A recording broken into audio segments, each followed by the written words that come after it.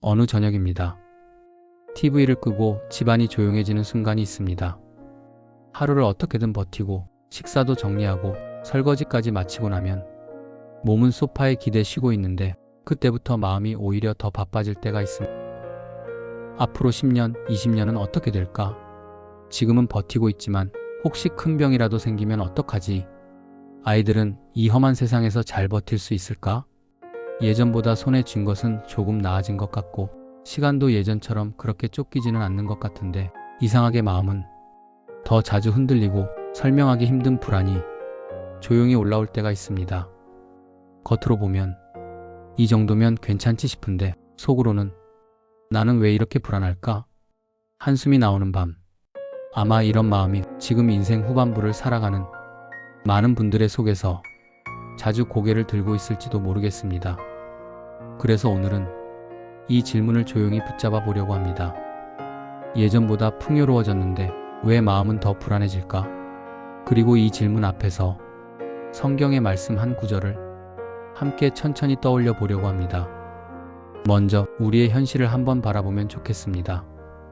뉴스에서는 노후에 이 정도 자산은 있어야 한다는 숫자들이 끝없이 흘러가고 유튜브와 인터넷에서는 50대의 경제적 자유를 얻었다는 이야기, 부업으로 인생이 바뀌었다는 영상들이 하루에도 수십 개씩 올라옵니다. 처음에는 참 대단하다 하면서 보다가도 어느 순간부터는 조용히 이런 생각이 스칩니다. 나는 왜 저기까지 못 갔을까? 지금 이걸로 충분한 걸까? 혹시 나는 너무 늦은 건 아닐까? 월급 봉투 한 장만 바라보던 시절보다 수입은 조금 나아졌을 수 있습니다. 그런데 그만큼 비교할 대상이 많아지고 계산해야 할 숫자가 많아지고 놓치면 안 될 것들이 늘어나면서 마음은 예전보다 더 바쁘고 더 불안해진 것 같습니다. 몸은 분명 예전보다 편해졌는데 마음은 예전보다 더 지쳐있는 듯한 느낌. 이것을 풍요 속의 불안이라고 불러도 괜찮을 것 같습니다. 이럴 때 마음 한쪽에서 조용히 떠오르는 말씀이 있습니다. 요한복음 14장 27절 말씀입니다. 평안을 너희에게 끼치노니 곧 나의 평안을 너희에게 주노라. 내가 너희에게 주는 것은 세상이 주는 것과 같지 아니하니라. 너희는 마음에 근심도 말고 두려워하지도 말라. 이 말씀을 천천히 다시 읽어보면 마음에 걸리는 표현이 있습니다. 나의 평안, 그리고 세상이 주는 것과 같지 않다. 세상이 주는 평안은 조건이 맞아야 얻을 수 있는 평안입니다.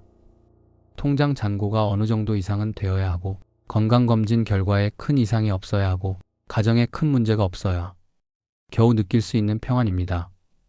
그래서 그 평안은 뉴스 한 줄에 검진 결과 한 문장에 자녀의 한숨 섞인 이야기 한마디에 쉽게 흔들리고 깨져버립니다.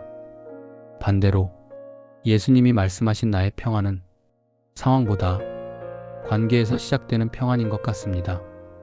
내 인생 전체를 내 힘만으로만 지탱하는 것이 아니라 보이지 않는 곳에서도 하나님이 일하고 계신다. 앞으로의 시간도 완전히 공백이 아니라 하나님의 손 안에 있는 시간이다. 이 믿음이 조금씩 마음 깊은 곳에 내려앉기 시작할 때 상황은 그대로인데도 불안의 크기가 조금 달라지는 순간이 찾아옵니다. 불안이 커질수록 우리는 자연스럽게 더 많이 움직이려고 합니다. 정보를 더 찾아보고 사람들에게 더 많이 물어보고 계산을 더 많이 해보고 계획을 더 복잡하게 세웁니다. 어느 정도까지는 지혜로운 준비가 되기도 하지만 어느 지점을 넘어서면 오히려 정보가 많아질수록 머리는 복잡해지고 마음은 더 불안해질 때가 있습니다. 그럴 때 떠오르는 말씀이 또 하나 있습니다. 시편 46편 10절 말씀입니다. 너희는 가만히 있어 내가 하나님 됨을 알지어다. 가만히 있으라. 이 말이 꼭 아무것도 하지 말라는 말처럼 들려서 답답하게 느껴질 때도 있습니다. 하지만 조금 더 곱씹어보면 이렇게 들리기도 합니다. 모든 것을 내가 다 통제하지 않아도 된다. 내가 책임져야 할 부분과 하나님께 맡겨야 할 부분을 조금 나누어 보자. 내가 할 수 있는 준비는 성실히 하되 이미 내 손을 떠난 영역까지 혼자 책임지려 하다가 지쳐버리지 말라는 초대처럼 들립니다. 바닷가에 서서 두 팔을 벌리고 파도를 막아보려 애쓰는 대신 파도가 왔다가 다시 물러가는 걸 보며 이 바다 전체를 내가 다 통제할 수는 없겠구나. 그래도 이 바다를 만드신 분이 기억하고 계시겠지. 이렇게 한 발 물러서서 숨을 고르는 것, 그것이 가만히 있어라라는 말씀 속에 담긴 마음의 자리일지도 모르겠습니다. 그렇다면 풍요 속의 불안 한가운데에서 우리가 해볼 수 있는 작은 연습들은 무엇일까요? 첫 번째로 감사를 앞으로 끌어오는 연습입니다. 불안은 늘 부족한 것, 모자라는 것, 잃어버릴지도 모르는 것에 시선을 머물게 만듭니다. 그래서 감사는 의식적으로 앞으로 당겨와야 보일 때가 많습니다. 오늘 저녁 잠들기 전에 노트 한 장을 꺼내 이렇게 적어봅니다. 오늘 내가 감사할 수 있는 것 3가지. 예를 들면 이렇게 적을 수 있습니다. 오늘도 내 2발로 집에 들어올 수 있어서 감사합니다. 따뜻한 밥을 내 입으로 먹을 수 있어서 감사합니다. 전화 한 통으로 안부를 나눌 수 있는 사람이 있어서 감사합니다. 처음에는 조금 억지로 쓰는 것 같고 마음이 따라오지 않을 수도 있습니다. 그런데 며칠, 일주일 정도 계속하다 보면 이런 생각이 조용히 떠오를 수 있습니다. 부족한 것도 많지만 이미 받은 것도 참 많았구나. 이 깨달음이 불안을 한 번에 지우지는 못해도 불안이 치고 올라오는 속도를 조금은 늦춰줄 수 있습니다. 두 번째로 하루 1분 말씀 한 줄에 머무는 시간을 만들어 보는 것입니다. 말씀을 읽을 때 이렇게 생각하기 쉽습니다. 그래도 몇 장은 읽어야지. 이렇게 조금 읽어서 무슨 변화가 있을까? 그래서 아예 시작을 못할 때도 있습니다. 그럴 때는 목표를 아주 작게 잡는 것이 오히려 도움이 됩니다. 하루에 딱 1분 말씀 한 줄만 붙들어 보는 시간입니다.